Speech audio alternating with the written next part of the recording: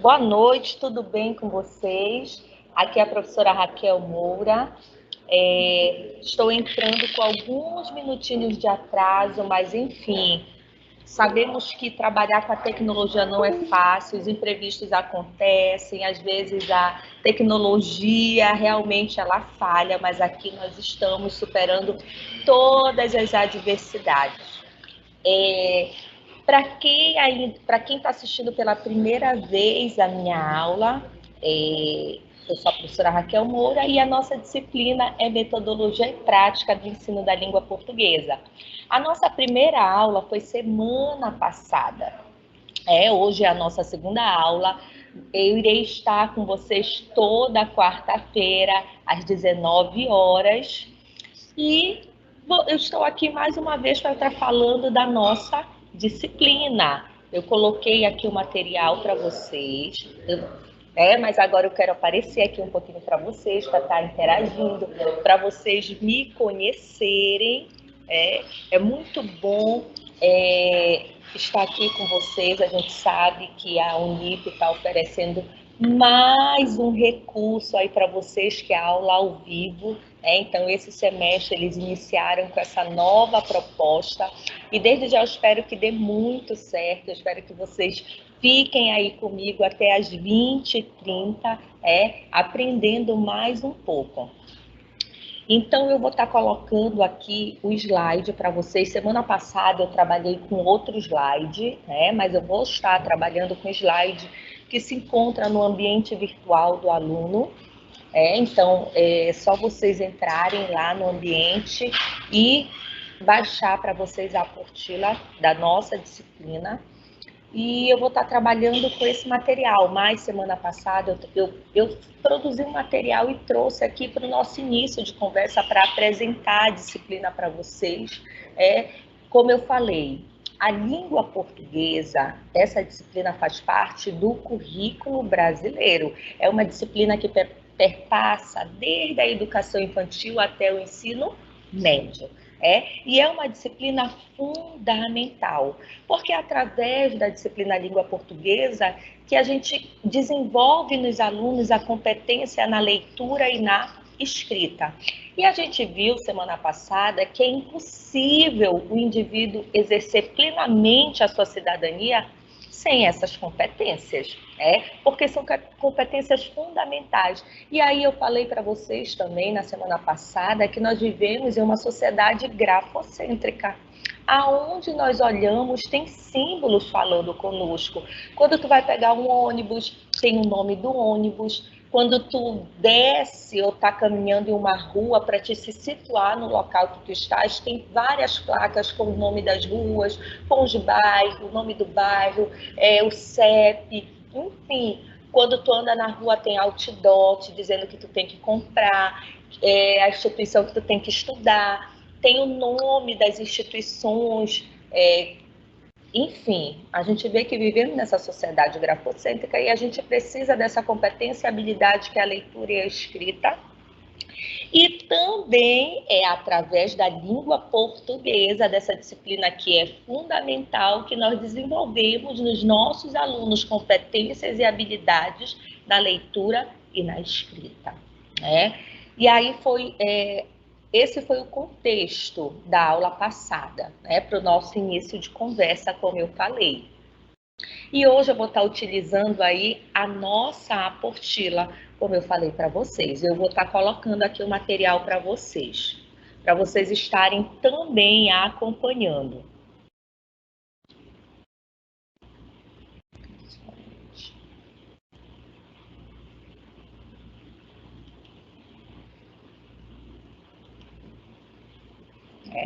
Então, esse aqui é o material que se encontra no ambiente virtual e eu também vou estar utilizando com vocês, mas eu também posso estar trazendo para vocês outro material, mas dentro do contexto, dentro do que o nosso material propõe, tá? Então, vou tornar a repetir para vocês o nome da nossa disciplina, Metodologia e Prática do Ensino da Língua Portuguesa. A nossa disciplina é voltada para o ensino fundamental menor, que é a área de atuação do pedagogo. O pedagogo irá ministrar essa disciplina do 1º ao 5º ano, e a gente sabe que no 1º ano o pedagogo ele trabalha com a alfabetização.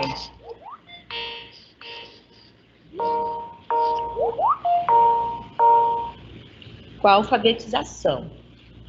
E a gente sabe, e a nossa disciplina também vai nos orientar em relação aos métodos. Como desenvolver propostas metodológicas para estar ensinando essa disciplina que é tão importante e faz parte do currículo brasileiro. Então, o foco da nossa disciplina é essa, que vocês, estudantes do curso de pedagogia, desenvolvam propostas metodológicas para estar ensinando essa disciplina, os conteúdos dessa disciplina. Tá? E eu vou estar passando aqui com vocês. Então, olha só, um dos primeiros tópicos do nosso livro-texto, do nosso material, fala sobre aspectos históricos em relação ao ensino. Aí eu quero refletir aqui um pouco com vocês como era o nosso ensino, como eram as práticas, as metodologias colocadas em prática através do ensino da língua portuguesa. Como era que os nossos professores, eles nos ensinavam essa disciplina que é tão importante, a língua portuguesa, e que faz desenvolver nos estudantes habilidade na leitura e na escrita. Então, agora, nesse primeiro momento, nós iremos ver os aspectos históricos em relação ao ensino. Como era o ensino? Aí a gente vai falar agora sobre as indagações iniciais. Olha só, porque a educação que há tantos formou no passado não é mais adequada para os dias atuais. Vamos pensar um pouquinho como era o ensino antigamente? Porque há tanto questionamento em relação a propor novos métodos, nova metodologia. Seu ensino que tanto formou no passado não é mais adequado. O que vocês acham? Bora pensar aí e refletir um pouquinho. Então, nos dias atuais, muita gente afirma que é necessário adotar novas formas para ensinar na escola. Aí a gente pensa, algumas décadas atrás, como era o ensino? O ensino ele era totalmente tradicional. Então, por isso que hoje se fala em novas propostas, em novos métodos, em uma nova forma de ensinar. Aí, como diz aqui, é de fato necessário modificar todo o ensino? Aqui são várias indagações para nós pensarmos e refletirmos, porque hoje a escola ela tem que trazer novas propostas, novas metodologias, nova forma de ensinar. E aí eu posso estar aqui refletindo com vocês sobre a função social da escola, que eu falei semana passada. Uma das funções sociais da escola é formar, aí eu posso estar vindo aqui com vocês e ativando a minha câmera, Então, hoje a função social da escola é formar um indivíduo para o exercício da cidadania, é formar um indivíduo crítico, pensante, atuante, que ele possa olhar para a sociedade, questionar, refletir e transformar também. Então, a gente vê que esse ensino no passado, que é questionado aqui, que há tantos formou, por que ele não é mais adequado hoje? Porque hoje tem que se trazer novas propostas, novos métodos, porque hoje quer formar o indivíduo para o exercício da cidadania, formar o indivíduo para atuar como ser pensante e reflexivo. E no passado, no modelo tradicional, no método tradicional, a gente vê, com base aí nas tendências pedagógicas, que o aluno era um ser passivo, reprodutor do conhecimento. Não cabe mais hoje, em pleno século XXI, numa sociedade pós-moderna, totalmente tecnológica, formar o indivíduo para reproduzir conhecimento. Hoje se forma o indivíduo não para reproduzir conhecimento, mas para produzir. É um ser que saiba atuar, pensar, refletir, criticar e transformar. Nós vivemos numa sociedade tecnológica e a escola tem que preparar o indivíduo para esse novo modelo de sociedade. Por isso que a metodologia do passado não cabe mais hoje, numa sociedade que vive em constante transformação. E aí eu vou voltar aqui com vocês no nosso material. Eu espero que esteja dando para vocês verem bem o material. Deixa eu aumentar só um pouquinho, tentar aumentar aqui um pouquinho. Eu acho que está melhor agora. Peraí.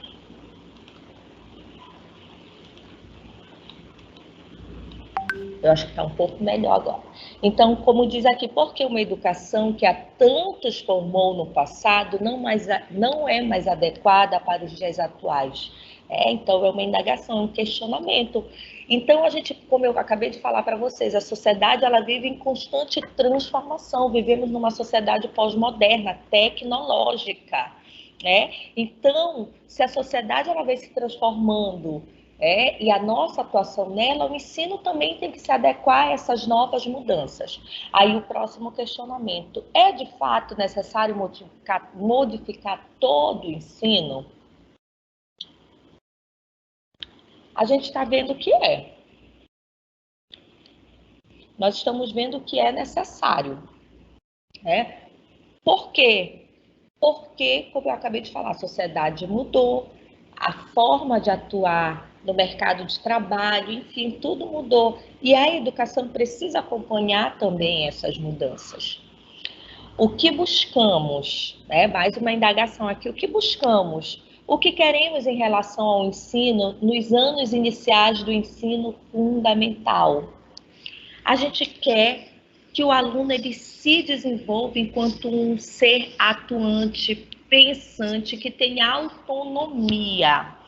Então, com essas várias indagações aqui no início da nossa aula, a gente vê que realmente é necessário uma nova proposta, um novo ensino.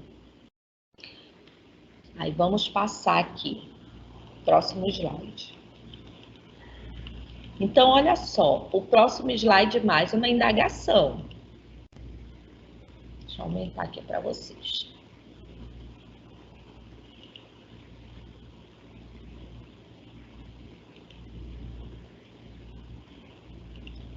Então, por que é preciso modificar o ensino? Vamos ver agora. A gente já viu por que o ensino que formou a tantos não cabe mais hoje. Por que é preciso modificar o ensino? Então, a gente vê que muitos têm esse discurso, que é um discurso contagiante. É preciso modificar o ensino, mas como nós vamos fazer isso? Se a gente vê aí que durante muito tempo esse ensino tradicional, ele formou tantas pessoas. Aí mudanças devem ocorrer a partir de um processo reflexivo sobre o ensino. É preciso tomar cuidado com os modismos. Aí deixa eu só ver aqui.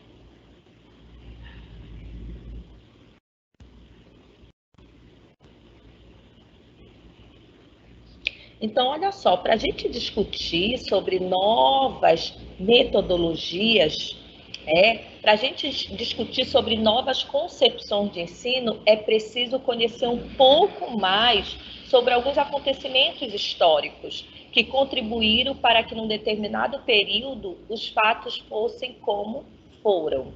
Então, a gente sabe que o nosso contexto social, a nossa sociedade já passou por vários contextos político e econômico. E a gente sabe aí que esse contexto político e econômico é um fator decisivo para a organização do ensino. A gente sabe que nós já vivemos no Brasil uma ditadura onde houve muita repressão. E a gente sabe que vários teóricos, pensadores, educadores, artistas, eles foram pressionados pela sociedade para não se expressar, né? Então, esses fatores também contribuíram aí, né, para uma repressão, e para que a educação ficasse naquela educação tradicional. Isso tem na nossa apostila também, e isso contribui.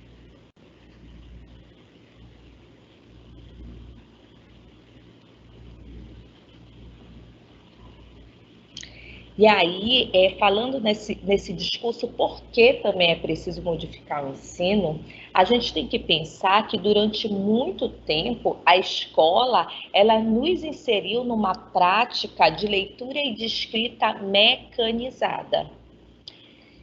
E por que isso aconteceu, né? Isso quer dizer que as primeiras leituras que fazíamos com a orientação dos professores não exigiam uma reflexão sobre o que estava escrito, né? Durante muito tempo a educação foi tradicional, a leitura, a prática do ensino da leitura e da escrita eram de formas mecanizadas.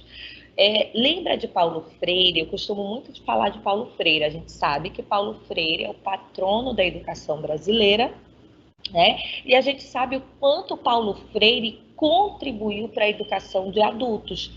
A gente sabe que durante o regime militar, o Paulo Freire ele foi exilado.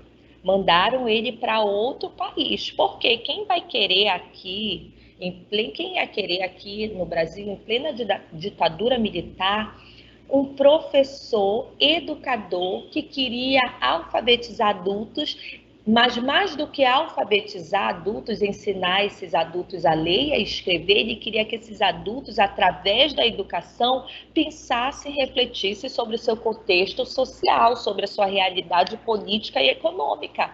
E com base nessa reflexão, propor mudanças, né? Então, a gente vê aí que é preciso modificar o ensino, porque durante muito tempo o ensino da leitura e da escrita era um ensino mecanizado.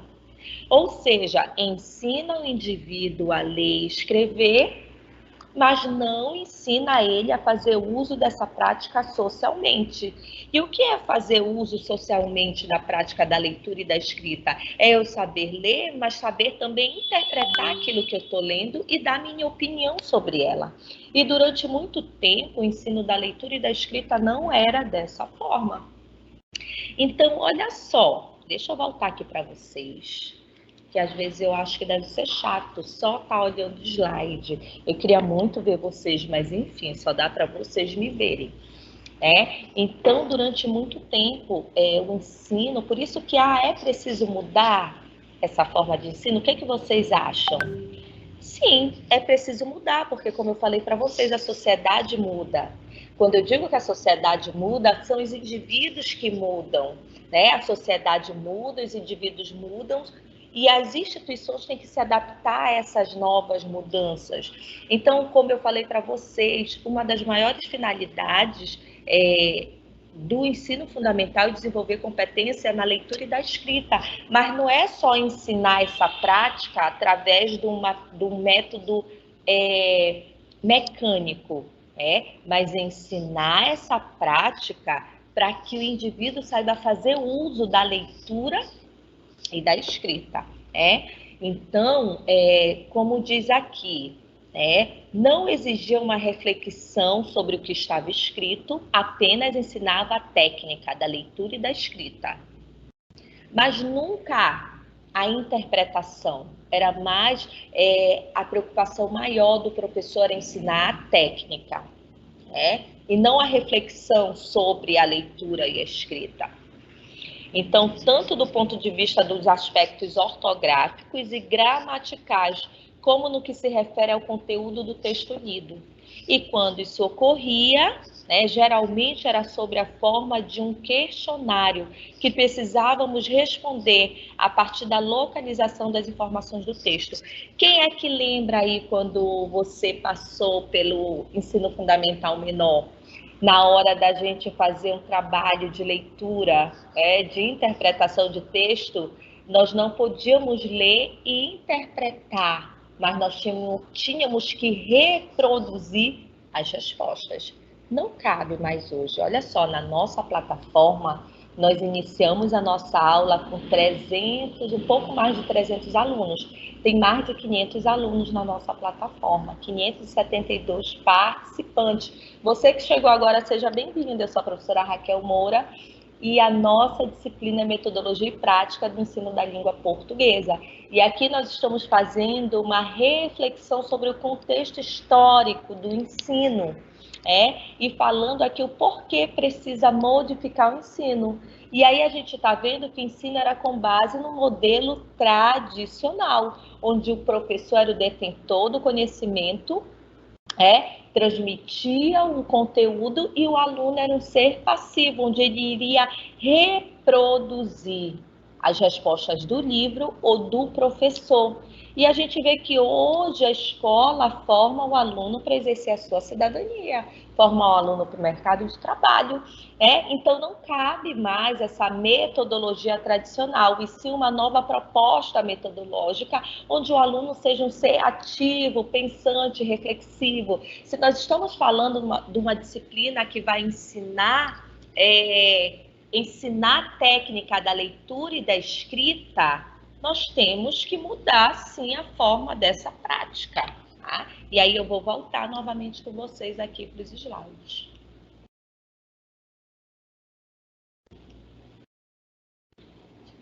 Então, como diz aqui, mudanças devem ocorrer a partir de um processo reflexivo sobre o ensino. E aqui nós estamos refletindo que o ensino era ensinar a prática da leitura e da escrita de forma mecânica, onde até na hora de interpretar um texto, tinha aí que dar uma resposta mecânica. Então a gente vê que hoje em dia não, hoje em dia o aluno tem que ler, interpretar e refletir sobre para poder dar a resposta subjetiva. Então é preciso tomar cuidado aí com os modismos. A gente sabe que a prática ela precisa mudar, precisa, mas a gente tem que saber como. E aí eu vou mudar aqui do slide com vocês. Então, entre o já conhecido e a novidade, a gente já sabe como era. E qual é a novidade? Qual é a nova proposta hoje? Aí, como diz aqui, o que já conhecemos sobre o ensino nos conforta, porque podemos prever, controlar e antecipar. A gente já sabe como era a proposta de ensino, mas isso não mobiliza para a mudança.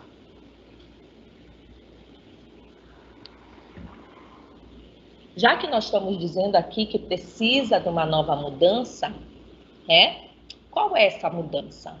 Então, a novidade assusta justamente pela imprevisibilidade e pelos riscos que oferece. Mas correr riscos é necessário. Então, como diz aqui na apostila, nessa perspectiva, nos era apresentada apenas uma possibilidade de resposta correta e de um modo geral. Esta não era questionada ou discutida. Nas provas que realizávamos, era preciso reproduzir as respostas tal qual como tínhamos estudado nas aulas, motivo pelo qual a memorização era tão valorizada.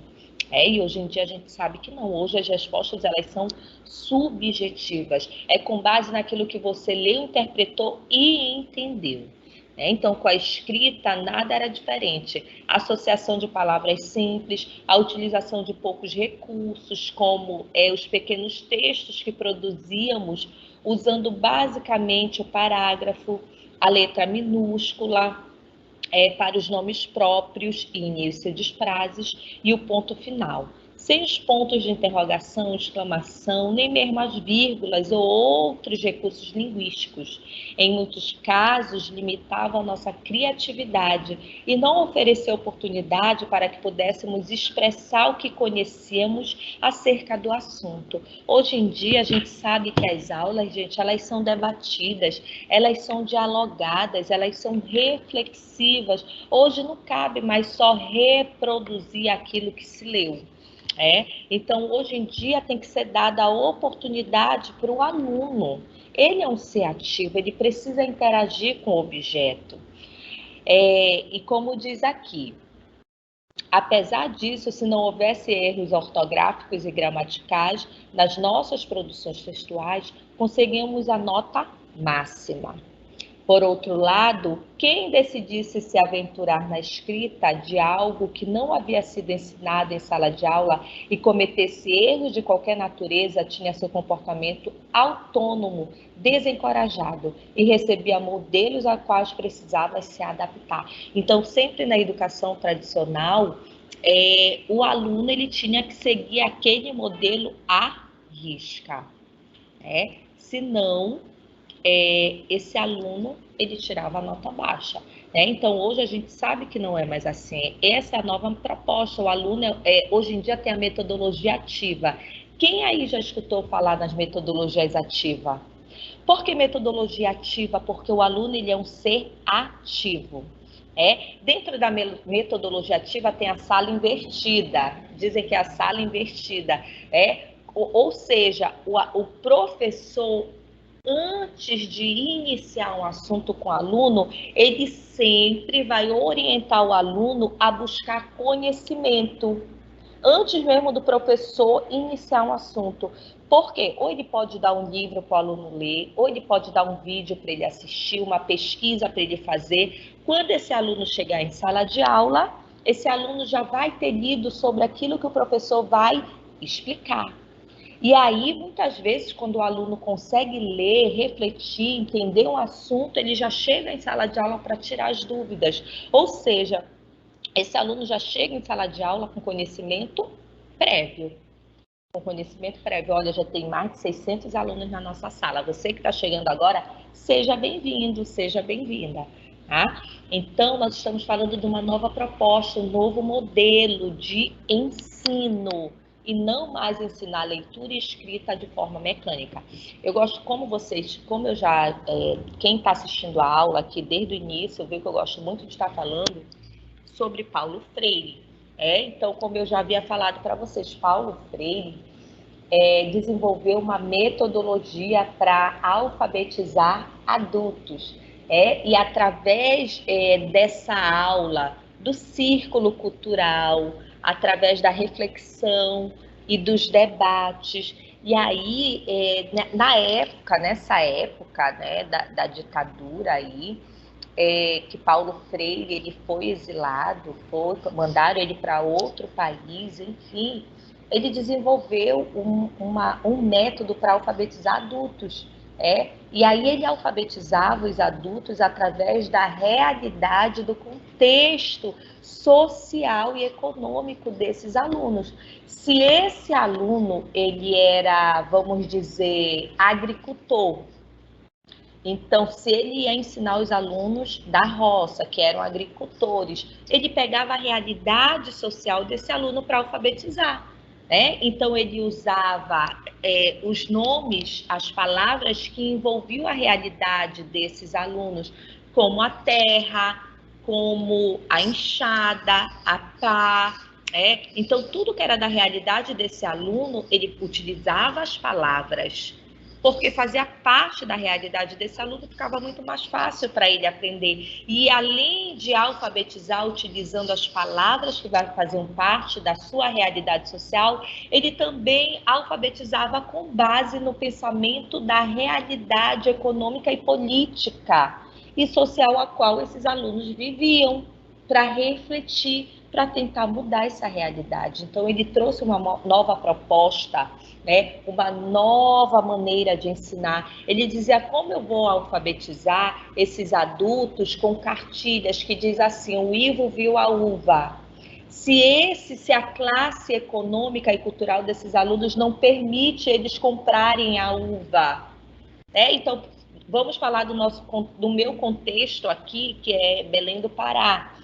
Eu sou aqui de Belém do Pará. Então, aqui tem as mangueiras. A gente anda na avenida, nas avenidas e nas ruas, aqui na Avenida Nazaré, e tem mangueiras. Então, eu vou utilizar, qual é a fruta que eu vou utilizar com base na minha realidade regional.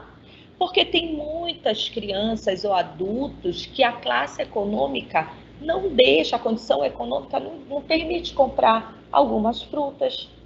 Então, por que eu não uso conforme a realidade? Porque ele dizia assim, Ivo viu a uva, mas não teve, nunca comeu a uva porque não teve condição de comprar. Então, ele já pensou em alfabetizar e ensinar, refletindo sobre a realidade do contexto econômico, social e cultural. Então, olha só, não adianta ensinar, trazer um ensino e uma metodologia de uma proposta mecânica, mas já pensar numa metodologia ativa, onde o aluno é um ser ativo, ele pensa, ele reflete. E se nós iremos ensinar a leitura e a escrita, por que não ensinar de forma lúdica, de forma reflexiva? Ou seja, hoje em dia, quando se fala em alfabetização, se fala no letramento. E o que é o letramento? É saber fazer uso da leitura e da escrita. Aí eu volto lá para o material com vocês.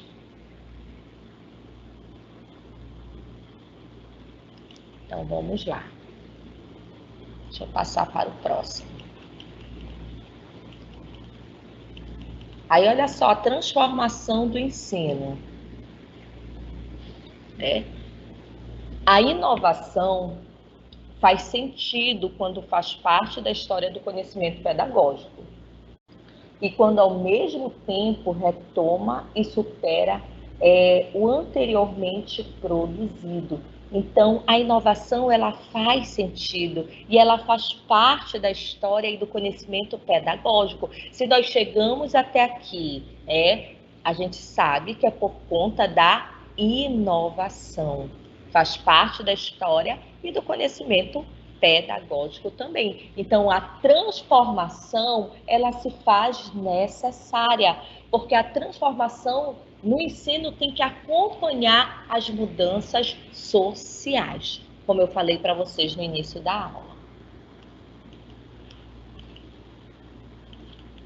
Aí agora nós iremos falar sobre a importância dos aspectos históricos. Então, resgatar o ontem ajuda a compreender o hoje e planejar melhor o amanhã. Nós estamos fazendo o que nesse primeiro momento? Resgatando o ontem. A gente está refletindo sobre a metodologia tradicional do passado.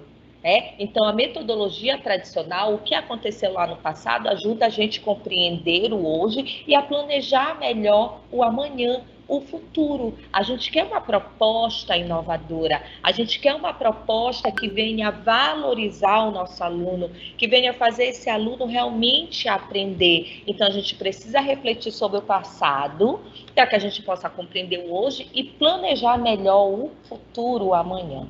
Então, uma análise possível, mas não única. A necessidade de selecionar alguns acontecimentos e tomá-los como ponto de partida para a reflexão da proposta dessa disciplina. Então, a gente vai ver aqui alguns aspectos, que eu já falei para vocês aqui, em relação, antes, não precisava, se era estudante é para estudar, se é trabalhador é para trabalhar, não precisa pensar, não precisa refletir sobre as questões políticas e econômicas. Quando a gente não pensa e reflete sobre as questões sociais do nosso país, a gente deixa tudo como está. Mas quando a gente passa a refletir, a questionar e a debater e a propor mudanças, a gente vê que começa a incomodar. Não é isso? Deixa eu beber uma água aqui.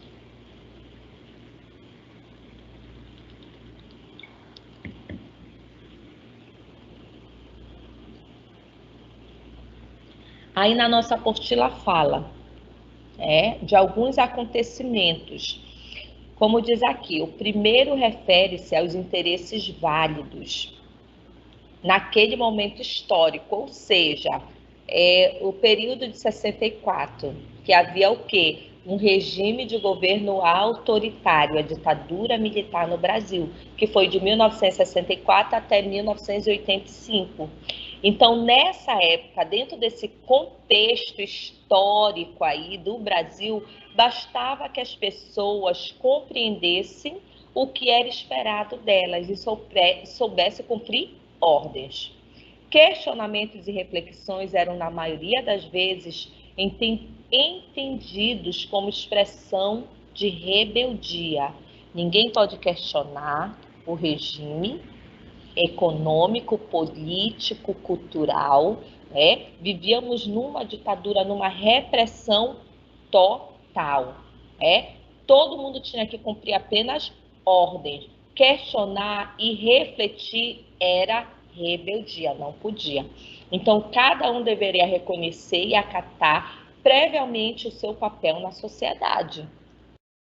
Então, como eu falei para vocês, quem era estudante é para estudar, quem é trabalhador é para trabalhar, e tá tudo bem, tudo certo. Hoje a gente vê que as pessoas pensam, refletem, questionam e mobilizam movimentos sociais para que ocorram mudanças, mas isso só acontece porque as pessoas, elas vão atrás dos seus direitos, elas conhecem os seus direitos e elas lutam por isso. Mas quem não tem conhecimento vive de uma forma passiva.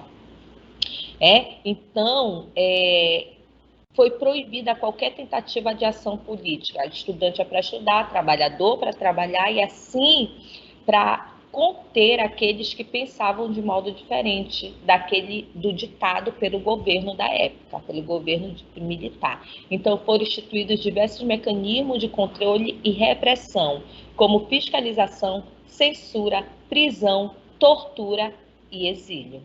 Muitos artistas, educadores foram exilados e até morreram, foram torturados e presos. Então, por que tudo isso, gente? Porque ninguém podia questionar, ninguém podia ir contra aquela forma de governo. Então, segundo esses aspectos, revela que muitos pesquisadores sobre como o aluno aprende e, consequentemente, o que favorece essa aprendizagem não haviam sido difundidas no meio docente. Inclusive, boa parte delas ainda estava acontecendo, mesmo aqueles que já tiveram obtido resultados que poderiam contribuir para uma prática pedagógica mais eficiente, como foi o caso de Paulo Freire. Trouxe uma nova proposta, inovadora, mas não pôde colocar em prática. Então, por isso que é bom a gente sempre falar. Então, naquele momento, aquela sociedade, ninguém podia falar, se expressar, opinar, questionar. Então, o ensino continua aquele ensino mecânico. Aí eu vou passar aqui com vocês. O ensino e os interesses sociais. Então, o processo educativo não está isolado de outras instâncias sociais, mas apresenta estreita relação com as perspectivas sociais. Então, o processo educativo, ele não é isolado das outras instâncias sociais, não. Mas ele representa essa relação através dos aspectos sociais.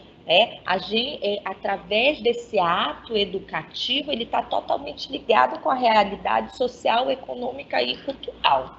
Então, os propósitos do ensino, eles podem vir essencialmente com aqueles que estão no poder, ou refletir a formação de um cidadão atuante na sociedade em que vive. Então, a gente vê aí a importância da educação. É através da educação que nós somos formados. E a educação, gente, ela tem um poder muito grande em relação à sociedade que se quer formar. Quer formar uma sociedade com o mercado de trabalho, quer formar uma sociedade para ser seres ativos, pensantes e reflexivos. Hoje em dia não dá mais para voltar. Hoje em dia nós estamos aí através de um currículo, que transforma, um currículo que faz o indivíduo ser esse ser atuante. E aí nós iremos passar aqui mais um pouquinho. Aí tem uma interatividade que eu vou estar passando. Aí aqui, mais um tópico, o ensino que recebemos. Qual foi o ensino que nós recebemos? Qual foi o ensino que os nossos pais receberam? Qual foi o ensino que os nossos avós receberam? Então, como diz aqui no nosso material, o que sabemos sobre como nossos avós, pais, tios, enfim, aprenderam a ler e a escrever? A gente sabe que os nossos avós, os nossos pais, eles sim aprenderam a ler através do quê, gente? Das cartilhas. Hoje em dia, não existem mais as cartilhas como eram antigamente. Hoje em dia, a gente vê que dentro da proposta do ensino, há várias metodologias para ensinar a ler e escrever, mas durante muito tempo se ensinava a ler e a escrever através das cartilhas. E a gente sabe hoje que as cartilhas elas foram banidas, né? Aí, como diz aqui no material, durante muito tempo o ensino adotou práticas que privilegiavam o ensino homogêneo. Gente, o que é um ensino homogêneo? É um ensino igual, homo, igual. Hétero, diferente. Então, o ensino era igual. O ensino pode ser igual para todos? Não, porque cada um de nós tem um tempo para aprender e às vezes a forma que eu aprendo não é a mesma forma que você aprende. Então, o ensino ele não pode ser homogêneo, não pode ser igual. As atividades elas eram mecanizadas, baseada na cópia e na memorização. Ah, mas hoje em dia tem o ditado? Tem o ditado, né? Tem o ditado, mas não é só o ditado. De história, tem a interpretação dessa história. Hoje em dia não é só mais a memorização. Hoje em dia é ensinado ao aluno a ter autonomia. Ele lê, ele pensa e reflete sobre o que ele leu, e a partir dali ele vai dar a sua opinião, a favor ou contra. Então, o ensino ele era homogêneo, igual, as atividades eram mecânicas e só havia o processo de codificação e decodificação da escrita. Não buscávamos culpados, mas refletir sobre... Não buscamos culpados, mas o que nós estamos buscando? Refletir sobre o processo de ensino em diferentes épocas. Então, o ensino lá na ditadura militar, nesse contexto da ditadura militar, era outra realidade, era outra sociedade. Hoje nós estamos no século XXI. É outra realidade, é outra sociedade. E as instituições, e a sociedade muda e a sociedade busca acompanhar essas mudanças.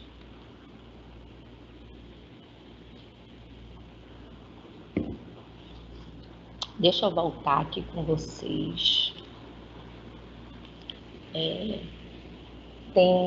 Continua mais de 600 alunos aqui na nossa plataforma. Eu espero que vocês estejam entendendo. Claro, a nossa aula ainda não terminou.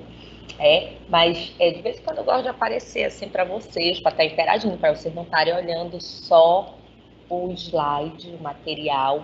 Eu espero que vocês estejam entendendo.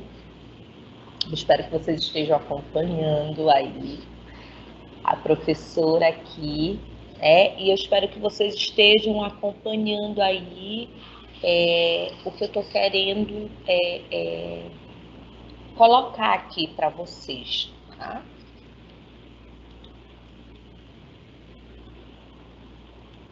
E nós iremos continuar.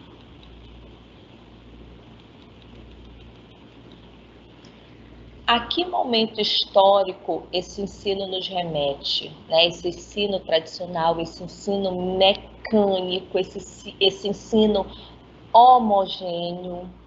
Então, a que momento histórico nós estamos falando, que eu já falei para vocês, Se tomarmos como ponto de partida o descobrimento do Brasil, num tempo bem distante de nós, veremos que essa era a concepção de ensino dos jesuítas, responsáveis pela educação da época. Poxa, se a gente voltar lá para os jesuítas, a gente vai ver que eles ensinavam os indígenas, mas para converter a religião. Então, a gente sabe que os jesuítas, os portugueses chegaram no Brasil, os jesuítas vieram, e cuidaram da proposta de ensino no Brasil. E a primeira coisa que eles fizeram foi ensinar os índios a ler e a escrever, mas dentro da cultura europeia. Então, eles eram os responsáveis pela educação da época e do descobrimento do Brasil. Mas a proposta educacional era converter aos índios ao catolicismo. Se pensarmos no regime militar ditatorial vigente no Brasil no período de 64 a 85, portanto, bem mais próximo de nós, notamos que não há modificações significativas na concepção de ensino. Eu já acho que hoje, quando se fala em hoje, século XXI, no ano que nós estamos, a gente vê sim que já houve várias mudanças significativas sim nessa concepção de ensino. Claro, tem muitos professores que ainda utilizam de uma metodologia tradicional, sim, mas a gente vê que muito tem se mudado, né? As propostas hoje em dia, quando se fala em avaliação, a avaliação não é feita mais só por uma prova no final do semestre. A gente vê que hoje a avaliação ela é formativa. Ela busca informar professor e aluno sobre o desenvolvimento do aluno. Quando se fala em avaliação, a gente avalia hoje não só o aluno, mas avalia também a proposta metodológica do professor. E quando se fala na avaliação formativa, todo o processo perpassa por uma avaliação, se o aluno é assíduo, se o aluno participa, se ele produz o trabalho, não é mais só a prova no final do semestre. Eu penso que hoje a gente vê já assim mudanças bem significativas em relação ao ensino. E aí nós vamos passando aqui o material.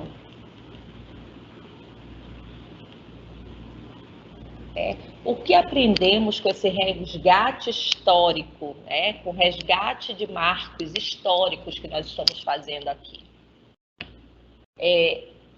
Que é preciso romper com modelos que não contribuem para a aprendizagem do aluno, mas serve apenas para consolidar o poder dominante. Então, assim, o que a gente quer trazendo todo esse contexto histórico? A gente quer uma nova forma, um novo modelo que venha contribuir para a aprendizagem do aluno. Aí o outro tópico aqui, que a leitura se constitui como via de acesso à informação e, portanto, é um importante instrumento de transformação social. Gente, a leitura, ela é fundamental. É através da leitura que nós temos acesso à informação. Através da leitura, nós adquirimos novos conhecimentos. E isso é importante para a nossa formação, para a formação do indivíduo enquanto um ser social. E isso é muito importante porque a gente vê muitas transformações sociais. Então, a gente não pode deixar de lado a leitura como via realmente de acesso à informação. A leitura, ela é fundamental. Aí deixa eu voltar aqui com vocês. Vocês já pararam para pensar que a leitura ela é fundamental para a nossa formação? Porque é através da leitura que a gente adquire conhecimento. Eu costumo dizer assim, eu gosto muito de falar isso, que quem dera que o conhecimento viesse numa caixa de presente. Aí eu digo para vocês assim, que essa garrafa aqui é a minha garrafinha de água, que vocês sabem, o professor fala muito, eu só consigo ministrar as minhas aulas tomando água, para hidratar as cordas vocais, enfim. Mas eu costumo dizer assim, quem dera que isso aqui fosse uma caixa de presente. Aí eu falasse assim, vamos dizer, o Paulo, espero que tenha algum Paulo assistindo aqui a nossa aula. Aí eu falasse assim, Paulo, aqui dentro eu tenho um presente para ti. Aqui dentro dessa caixa de presente tem a teoria de Paulo Freire, ou tem a teoria de Vygotsky. Toma, é tua, usa. Você já pensou se o conhecimento viesse dentro de uma caixa de presente onde alguém me desse ou te desse e dissesse, toma a teoria de Piaget, é tua, usa. A gente, quem dera que o conhecimento viesse dentro de uma caixa de presente onde alguém nos desse esse presente e a gente pudesse usar a teoria. Mas, infelizmente, não é assim, ou felizmente, porque o conhecimento ele é adquirido à medida que a gente vai buscar esse conhecimento. Então, é árduo, não é fácil.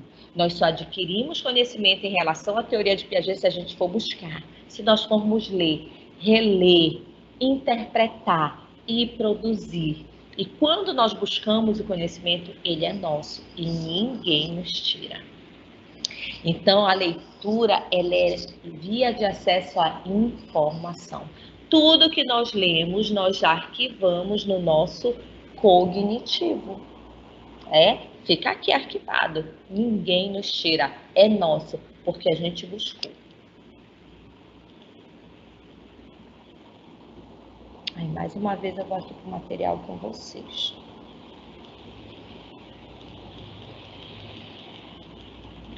Então, olha só que concepções essas práticas revelam. Que a aprendizagem ocorre por meio do treino intensivo e pela repetição fiel de modelos. Que o aluno não participa do processo de sua aprendizagem, apenas a recebe passivamente. Isso aqui é uma concepção tradicional que a gente falou, tá? Que a aprendizagem ocorre por meio do acúmulo de conhecimento e informações recebidas pelo aluno.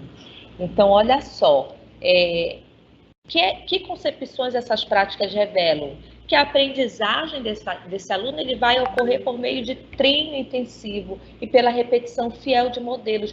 Não dá para repetir todo o tempo. A gente já viu que essa prática da repetição não dá certo. Tem aluno que erra uma palavra. Já vi várias histórias, e você também já deve ter visto. Aí a professora coloca ele para repetir 100 vezes a mesma palavra. Ele está fazendo uma repetição fiel. Quando ele terminou de reproduzir, ele vai escrever errado, porque aquilo ali foi uma repetição, foi um treino. Então, que o aluno não participa do processo de sua aprendizagem, mas ele apenas recebe passivamente. A gente está vendo que isso aqui tudo é um modelo tradicional. E que a aprendizagem, ela só ocorre por meio do acúmulo de conhecimentos e informações recebidas pelo aluno. Então, a gente vê aqui que isso é um modelo tradicional. Então, por que essas práticas elas eram interessantes? Num país de regime ditatorial, autoritário, por exemplo, pode interessar aqueles que detêm o poder, que o ensino da leitura e da escrita permaneça na esfera da codificação e decodificação, do decifrar as palavras, reproduzir as palavras. Então, naquele tempo era muito cômodo essa educação tradicional. Aí aqui, quais os propósitos do ensino da leitura e da escrita hoje? Então, quais são os propósitos da leitura e da escrita hoje? A gente vai já ver aqui.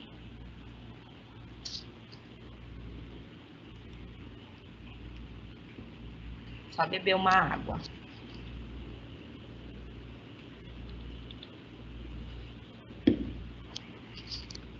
Então, olha só. Que se possa reconhecer que estas são vias de acesso à informação, como a gente já falou aqui, a partir das quais se pode interpretar o que ocorre na sociedade para tomar decisões, para fazer exigências e sair da passividade para a atividade.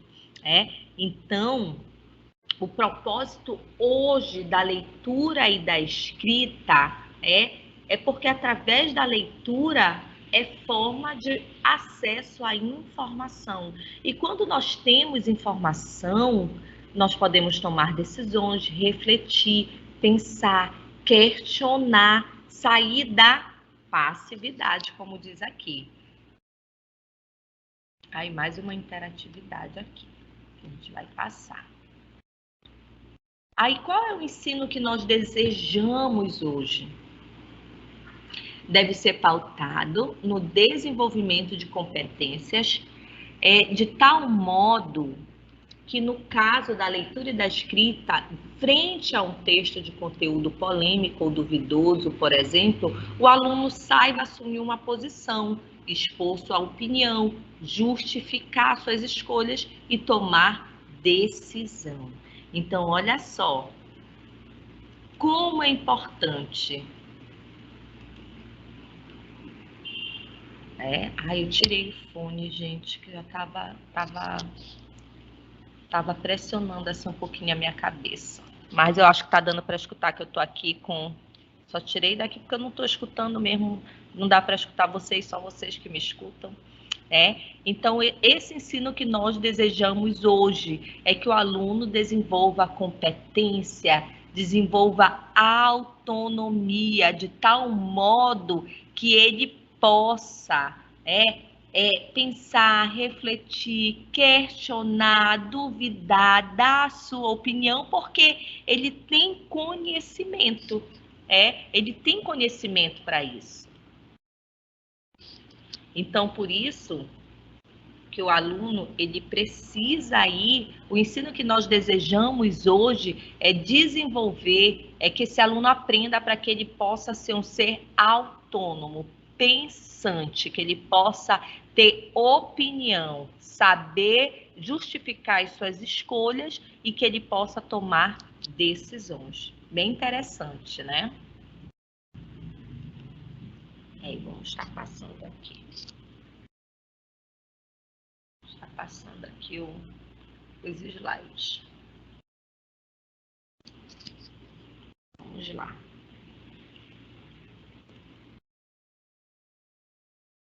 Aí, olha só, mas o que é competência? Competência não é dom.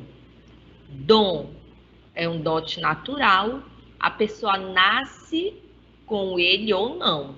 Competência desenvolvida frente à oportunidade de tomada de decisões, de desafios e problematizações. Deixa eu voltar aqui com vocês. É assim, gente, a leitura e a escrita, a gente já viu aqui o quanto é importante que a leitura é via de acesso ao conhecimento. E aí, se tu tens conhecimento, tu desenvolve várias competências e habilidades. Quem aqui conhece... Deixa eu voltar aqui com vocês, para estar olhando para vocês. Eu gosto de estar aqui falando, que vocês estejam me vendo. Eu queria muito ver vocês, enfim, né? Mas a proposta é essa aqui mesmo. Então, assim, como diz aqui no nosso slide, mas o que é competência? Competência não é dom. Todos nós temos competência, E a BNCC, eu creio que vocês já... O Brasil todo fala sobre a BNCC, vocês devem conhecer, é o novo currículo brasileiro. E a BNCC fala muito de competências e habilidades. Todos nós temos competência para aprender, competência para aprender e buscar conhecimento. Se tu tem conhecimento, tu vai desenvolver várias habilidades e colocar em prática. Como diz aqui, competência é desenvolvida frente à oportunidade de tomada de decisão. Tu só toma decisão, tu só vai problematizar alguma situação se tu tiver o quê? Competência. Conhecimento para isso. E nós adquirimos, a gente já falou aqui que a gente adquire conhecimento através do quê? Através de conhecimento. Então, todos nós temos competência para buscar o conhecimento, para aprender. Aprendeu alguma coisa, tu vai desenvolver a habilidade, colocar aquilo que tu aprendeu em prática. Então, é através dessa competência, todos nós temos competência para aprender a ler e a escrever. E através dessa competência, tu vai desenvolver habilidades, porque tu vai buscar conhecimento. Então, isso aqui é fundamental no processo.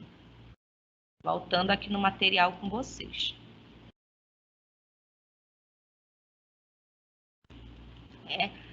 Olha só, a importância do ensino para o desenvolvimento de competências, como eu acabei de falar para vocês.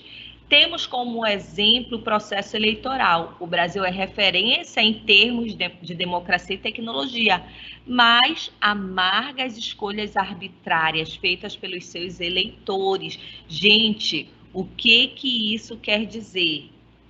O Brasil, ele é referência em termos de democracia. O Brasil é o único país que tem aí tecnologia. Antes, para a gente saber quando o voto era impresso, para a gente saber quem ganhou as eleições levava dias, assim como nos Estados Unidos.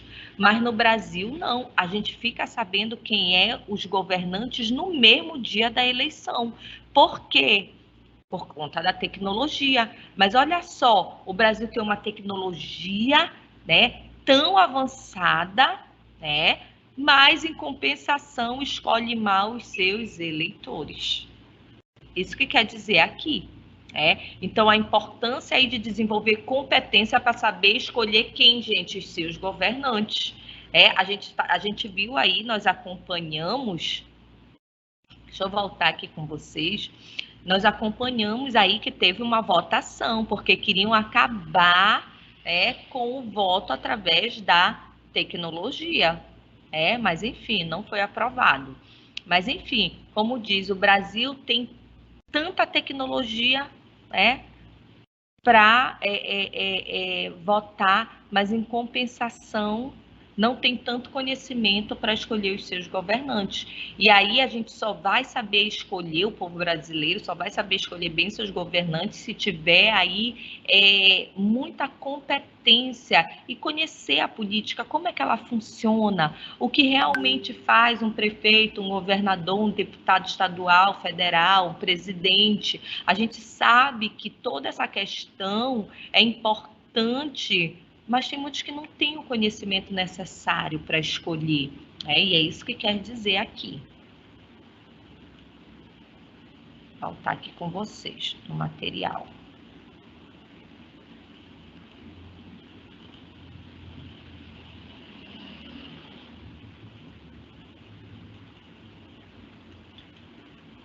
Aí aqui vem falando sobre a função, por isso é função social da escola.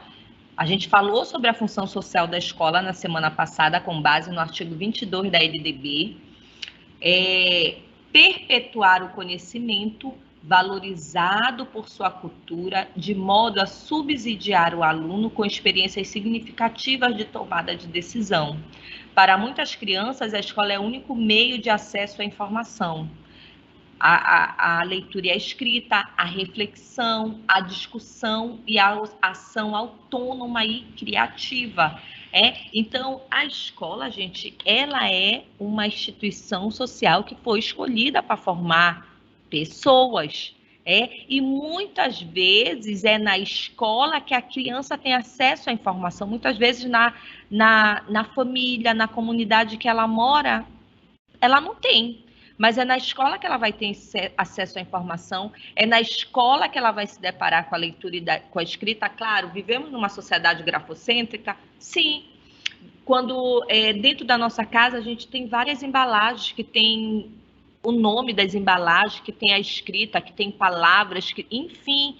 Mas é muitas vezes na escola que a criança vai ser despertada para essa leitura e para essa escrita, para a reflexão e a discussão. E também aí para a criatividade, para a ação autônoma, a autonomia realmente. Então, a escola, ela é essa instituição que ela vai possibilitar acesso a tudo isso aí para a criança, para o jovem, para o adolescente, enfim. Aqui o processo de aprendizagem. Segundo Lehner, 2002, não se chega ao conhecimento pela soma de pequenas aprendizagens, mas pela reorganização dos objetos complexos. Então, para se chegar ao conhecimento, gente, é preciso a organização, é preciso aí o direcionamento, a mediação do conhecimento, a orientação. Então, é fundamental que o professor ele tenha uma boa formação, que o professor ele compreenda que ele é o instrumento, ele é o mediador para planejar e fazer esse conhecimento chegar até o aluno.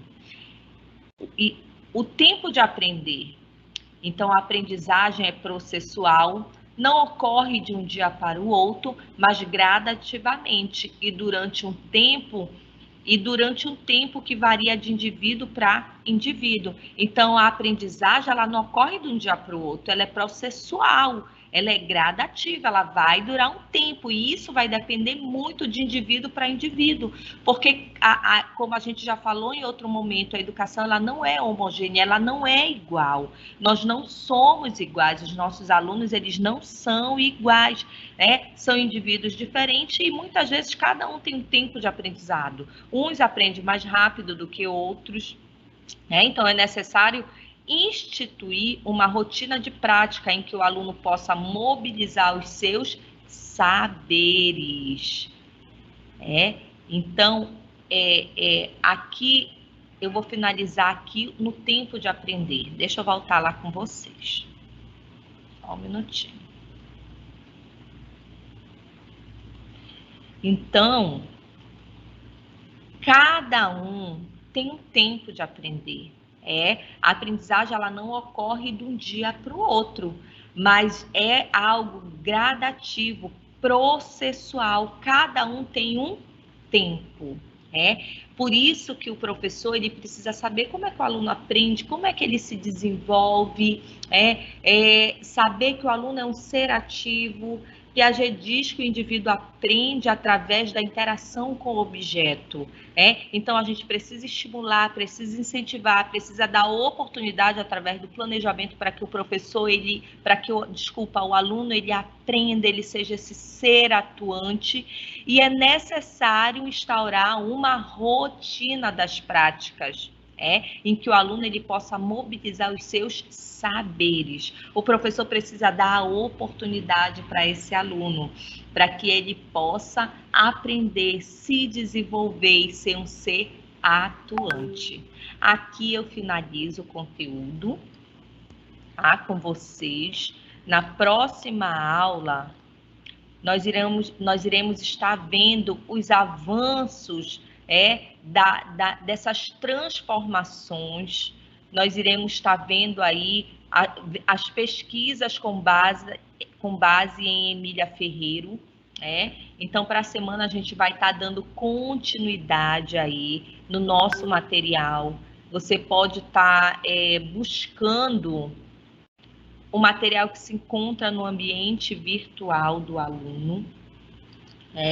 Eu quero dizer que foi muito bom estar aqui com vocês. Houve um pequeno atraso por conta realmente da tecnologia, mas enfim, mesmo com os 10 minutinhos de atraso, eu cheguei, aqui nós estamos. Eu espero que vocês tenham entendido a proposta, a dinâmica da nossa aula.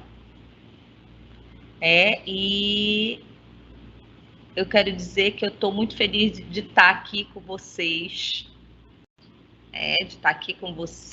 Eu espero ter contribuído para a formação de vocês, com conhecimento de vocês. Enfim, desde já eu espero que vocês estejam ainda se cuidando, tomando os cuidados necessários. Quem ainda não tomou a vacina, tomem a vacina. Eu vou já tomar a segunda dose da vacina, estou muito feliz, porque a gente sabe que vacina é vida, é saúde. Eu sei que passamos por muitos momentos turbulentos, mas sempre devemos ter esperança. E o que é esperança? É esperar dias melhores. Esperar em quem? Esperar em Deus realmente. Que dias melhores virão, que uma hora tudo isso vai passar, que uma hora a vacina vai chegar para todos.